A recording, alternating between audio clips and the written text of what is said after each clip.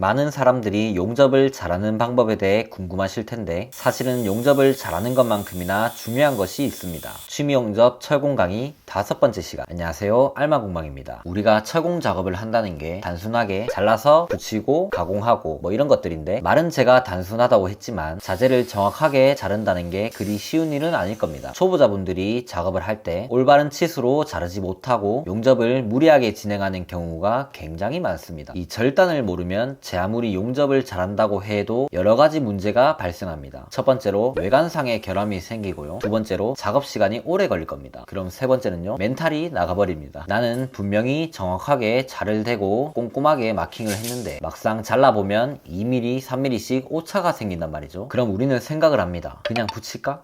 처음부터 다시 해야 되나? 오케이, 그냥 붙여. 솔직히 이런 적 있으시죠? 그럼 그 결과물은 당연하게도 여기저기 벌어져 있으며 보기에도 삐뚤삐뚤 못생겼어요. 돌이키기엔 너무 늦어버린 것이죠. 하지만 이 영상을 끝까지 보신다면 도대체 왜 내가 잘랐다 하면 2mm, 3mm씩 오차가 생기는지, 이만한 다이 하나 자른데 왜 하루 종일 걸리는지, 자주 쓰는 절단 공구들은 어떤 것들이 있고 제대로 사용하는 방법까지, 여러분, 용접과 절단은 기본입니다. 저와 함께 차근차근 빠르게 한번 알아봅시다.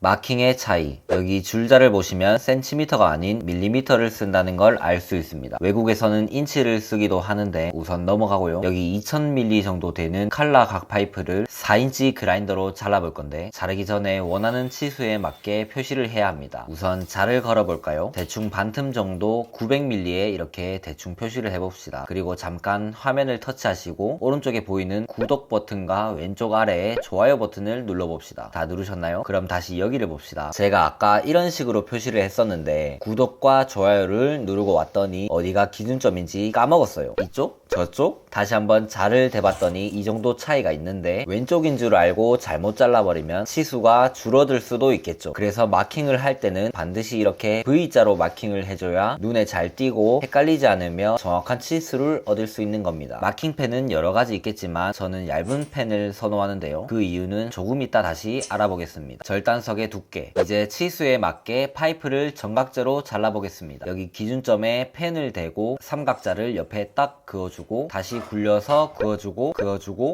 자, 이제 그라인더로 잘라주면 되는데 여기서 잘 보셔야 합니다. 우리가 아까 이쪽에서 자를 걸었었죠? 그럼 이쪽이 우리가 필요한 자재고 여기는 필요 없습니다. 아까 열심히 그어준 선을 눈으로 보면서 잘라주면 되는데 이때 선을 그대로 살려서 그라인더 날을 대주면 됩니다. 이게 무슨 말이냐면 초보자분들 같은 경우 선을 따라서 이렇게 선까지 파먹는 경우가 많습니다. 그렇게 되면 그라인더 날의 두께만큼 치수가 짧아지거든요. 한번 보여드릴게요.